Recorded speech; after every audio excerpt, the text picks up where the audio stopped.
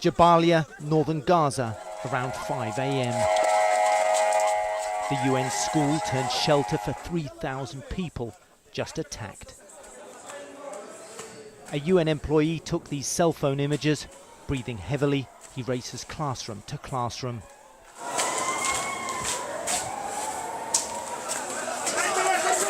Body count by flashlight. Mutilated limbs swaddled in bloody rags.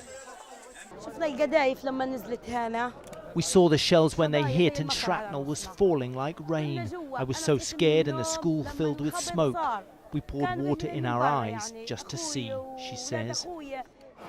One round crashed through the roof into the top floor. I just want to give you a point of reference about how big this hole is.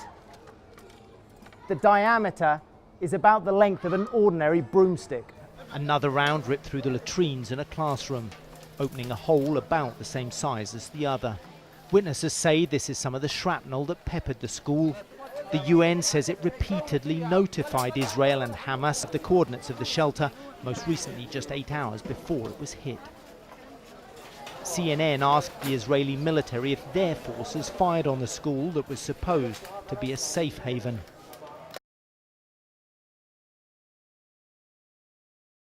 But UN investigators tell CNN they have sufficient evidence to conclude Israel was to blame. Based on the initial elements is that we have clear indications in the first assessment that we have that 3 projectiles hit the school, and on presenting and analyzing the pieces of shrapnel, we believe that we have all the elements in place to conclude that it was Israeli artillery fire.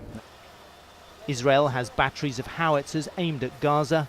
These huge guns are capable of firing 43-kilo or 100-pound high-explosive shells the entire length of the Gaza Strip. Israel admitted misfiring a mortar into another UN school shelter in Beit Hanun less than a week ago. But the Israeli military says the explosion could not have caused deaths. A CNN visit showed multiple shrapnel marks and large quantities of blood. Hospital staff told CNN 16 civilians died in the incident. Enough is enough. Now measures have to be taken.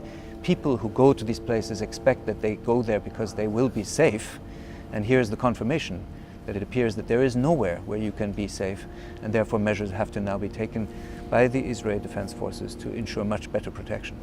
The UN has also condemned Hamas for violating the rules of war, accusing its fighters of storing rockets in 3 other vacant schools. Whatever was the case with these weapons certainly cannot be used as a justification by anyone to explain why another school in which people were sheltered, displaced people were sheltered, had been targeted. The Israeli military says it does not deliberately target civilians.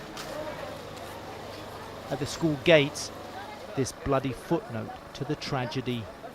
Donkeys and horses had ferried dirt-poor families here when their homes turned into a battlefield. But war plodded in behind them. Carl Penhall, CNN, Jabalia, Gaza.